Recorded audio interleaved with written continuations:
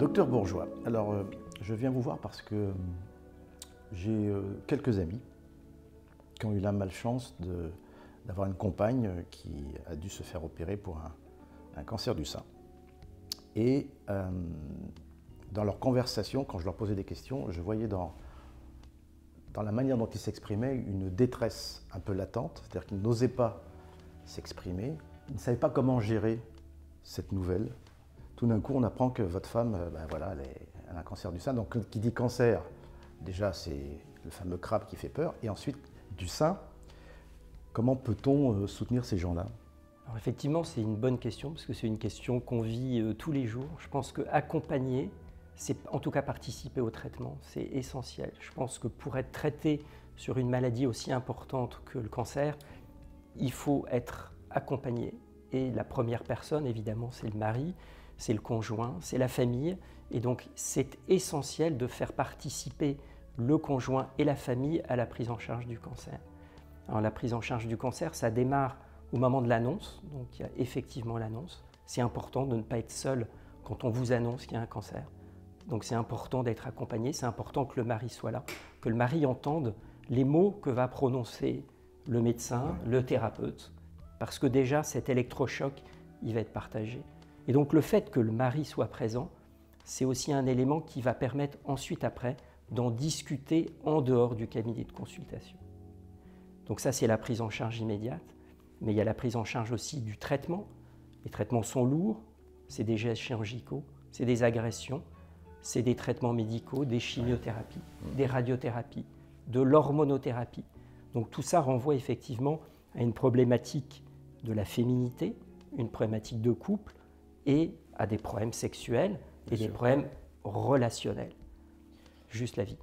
Moi, j'ai ma femme, il n'y a pas longtemps, qui m'a dit « Tiens, je dois faire une mammographie ». Alors, je dis « Ouais, non ». Elle me fait « Ah non, ça fait mal ». Je dis « Comment ça fait mal ?» On te prend le sein, on te le tire et on te le presse. Je dis « Ah, d'accord ». Donc, je me suis imaginé tout de suite de prendre mon testicule, qu'on le presse et puis qu'on le... Je dis « Ok ». Donc, j'étais en empathie avec elle, je me suis dit « Waouh ». Le souci, c'est que je me dis, il y a beaucoup d'hommes qui font barrage, qui s'enferment dans cette nouvelle, qui n'ont pas envie d'entendre. Et comment, alors, les accompagner, ça veut dire quoi?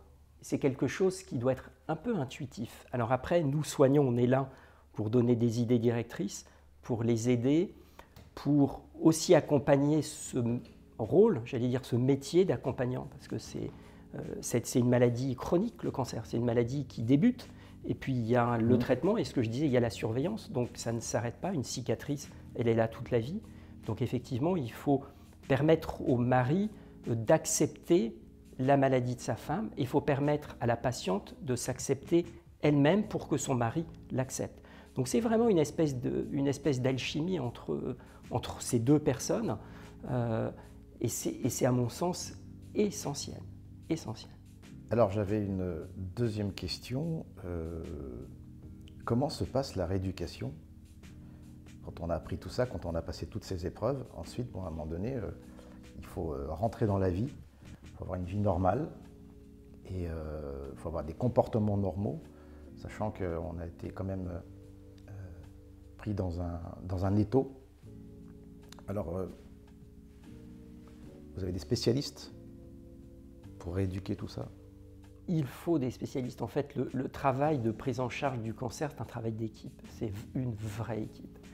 Alors effectivement, mon métier, mon rôle, c'est d'opérer. Donc effectivement, moi je vais être créateur de cicatrices. Je vais être aussi celui qui va retirer la tumeur. Donc on a un côté un peu magicien. La tumeur est là, le cancer est là. On a vu le chirurgien opéré, la tumeur est partie. Mais je vais laisser des traces, je vais laisser des cicatrices. Et donc là, il y a tout un travail d'accompagnement de la patiente.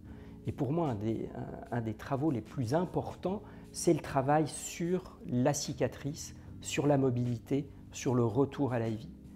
Il faut accepter de regarder ces cicatrices, il faut accepter de les toucher. Et là, on va avoir besoin d'un élément essentiel qui est le kinésithérapeute. Pour avoir un résultat esthétique satisfaisant et pour limiter les douleurs post-opératoires, il faut que la peau coulisse, glisse par rapport au plan glandulaire. Et là, le kinésithérapeute va traiter, va décoller cette peau. C'est une technique en fait d'aspiration, de massage cicatriciel avec des décollements. Un résultat esthétique, ce n'est pas uniquement parce que c'est beau. Un résultat esthétique, c'est parce que si c'est beau, dans ma tête, je vais bien vivre mon cancer. Ah, bien sûr. Et donc je vais m'accepter et je vais permettre à mon conjoint de pouvoir me retoucher et de pouvoir repartir dans ma vie de couple et dans ma vie de femme. Mais c'est important que la patiente ait compris qu'on va se battre avec elle.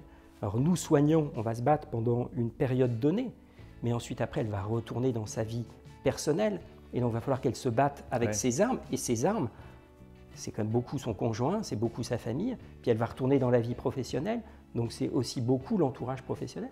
Donc on voit que le social est essentiel dans la prise en charge du cancer. Et il faut permettre effectivement au mari de mieux comprendre cette maladie. Alors, Monsieur Bourgeois, j'ai ouï dire qu'il y avait un site dont le titre est très évocateur et très amusant. Il s'intitule « Mon kiné voit rose ». Alors, je rassure tout le monde, ce n'est pas un site de rencontre, mais c'est un site très utile qui regroupe beaucoup d'informations. Donc effectivement, l'utilisation de vidéos au travers d'un site qui s'appelle Mon kiné voit rose est quelque chose d'important pour les patientes. Ça va leur permettre de pouvoir regarder, une fois que la consultation est terminée, de se remémorer en fait tous les moments essentiels de la consultation. Sur ce site, on va voir le dépistage, le diagnostic, l'autopalpation, la prise en charge, les traitements, le rôle des différentes personnes. Et dans l'utilisation du site Mon kiné voit rose, il y a un listing avec les kinésithérapeutes spécialisés dans la prise en charge du post-opératoire et aussi du préopératoire dans les reconstructions mammaires pour cancer du sein. Enfin, c'est tout le scénario en fait. Exactement. C'est toute cette chaîne d'aide au traitement qui va être résumée et donc qui va être un support qui, à mon sens, est essentiel pour les patients, mais aussi pour leurs accompagnants et donc pour le mari. Donc, si j'ai bien compris tout ce que vous m'avez enseigné et dit, voilà, nous ne sommes pas abandonnés, nous les hommes, ni les femmes, lorsque nous sommes devant un drame physique, un drame psychologique. Donc, vous avez toute une équipe, tout un protocole qui accompagne et c'est rassurant.